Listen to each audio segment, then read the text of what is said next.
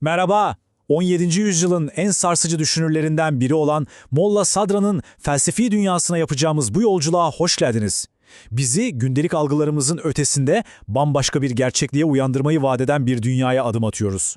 Bu yolculuktaki rehberimiz Sadra'nın temel eserlerinden biri olacak. Adı her ne kadar farklı çevirilerle anılsa da amacı hep aynı ve çok net. Bizi gaflet uykusundan uyandırmak. Peki bu uyanış yolculuğunda hangi duraklardan geçeceğiz? İşte rotamız bu şekilde. Gelin bu derin felsefi maceraya birlikte başlayalım. Haydi, Molla Sadra felsefesinin tam kalbine inelim ve onun temel sorusuyla başlayalım. Ya hepimiz asıl gerçekliğe karşı derin bir uykudaysak? Şimdi Sadra'nın yaşadığı dönemde özellikle bazı tasavvuf çevrelerinden gelen yaygın bir eleştiri vardı. Diyorlardı ki, bilgi yani akılla elde edilen ilim, hakikate ulaşmanın önünde bir engeldir, bir perdedir. İşte Molla Sadra'nın dehası tam da burada parlıyor. Bu eleştiriyi alıyor ve adeta baş aşağı çeviriyor. Evet diyor, ilim bir perdedir ama hakikate karşı değil, cehalete, kötülüğe ve karanlığa karşı bir perdedir. Yani ona göre gerçek bilgi uyanışın ta kendisidir. Şimdi Sadra'nın metafiziğinin temeline varlık yani vücut kavramına geliyoruz. Burayı anlarsak aslında her şeyi anlamaya başlarız. Vücut, Sadra felsefesinin anahtar kelimesi. Peki nedir bu? Var olan her ne varsa, hepsinin kaynağı olan o tek, bölünmez, temel gerçeklik. Sadra bu tek varlığı daha iyi anlamamız için 3 seviyede inceliyor. Birincisi mutlak vücut. Bu her şeyin kaynağı olan saf, koşulsuz, kendi başına var olan varlığın ta kendisi. İkincisi nisbi vücut. Bu da bizim şu an içinde yaşadığımız, algıladığımız dünya. Yani zihinler, ruhlar, nesneler. Bütün bunlar varlıklarını o mutlak varlıktan alıyorlar. Ve son olarak bu ikisi arasında bir köprü olan münbasit vücut var. Sadra buna Rahman'ın nefesi diyor.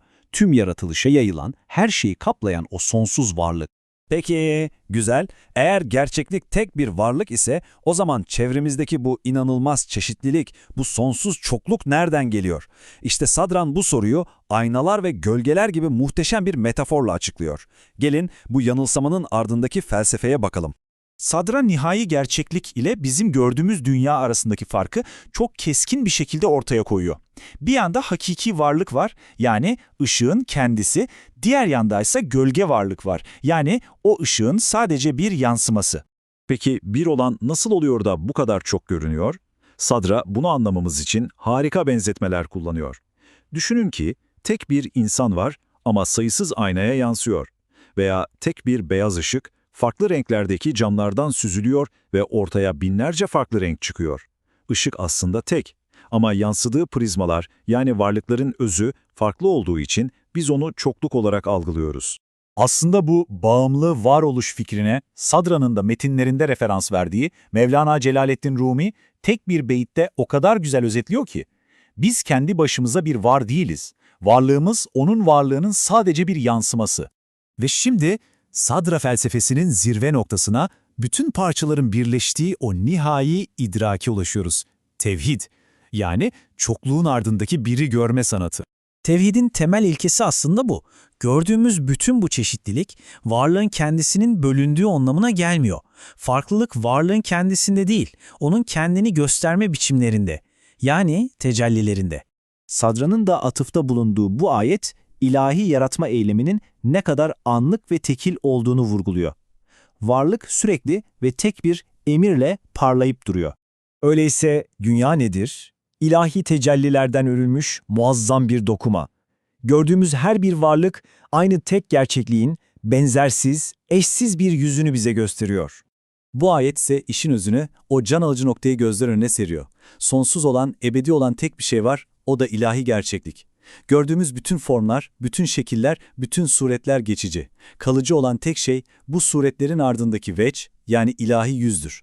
Peki, hedefi anladık. Bu idrake, bu uyanışa nasıl ulaşacağız? Sadra bize iki temel yol haritası sunuyor.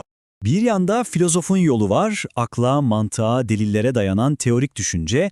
Diğer yanda ise Arif'in yolu var, sezgiye ve doğrudan tecrübeye, yani keşfe dayanan yol. Biri gerçeklik hakkında bilmektir, diğeri ise gerçekliği bizzat tatmaktır. Biri bilmek, diğeri olmaktır. İşte Sadra için asıl mesele de bu. En yüksek bilgi sadece zihinsel bir çabayla elde edilmez. O, doğrudan kalpten gelen bir deneyimdir. Hakiki uyanış bir algı dönüşümüdür. Peki, yolculuğumuzun sonuna gelirken toparlayalım. Bütün bu felsefi fikirler bizim için, sıradan bir insan için ne anlama geliyor? Uyanmış bir kalp dünyaya nasıl bakar? İşte Molla Sadra'ya göre uyanmış bir bakış açısı tam olarak bu. Tüm o çeşitliliğin arkasındaki birliği görmek, her varlığı o tek varlığın bir yansıması olarak kabul etmek, dünyaya baktığında ayrı ayrı nesneler yığını değil, tek ve canlı bir gerçeklik görmek ve dünyanın tek bir güzelliği yansıtan dev bir ayna olduğunu anlamak. Ve belki de çıkarılacak en önemli ders bu. Sadra'nın vizyonu dünyadan ele tek çekmek, onu inkar etmek değil, tam tersine dünyaya bakıp onun bir perde olduğunu fark edip o perdenin arkasındaki asıl güzelliği, asıl gerçekliği görebilmektir. Gelin bu analizimizi hepimizin üzerine düşünmesi için bir kapı aralayan şu soruyla bitirelim.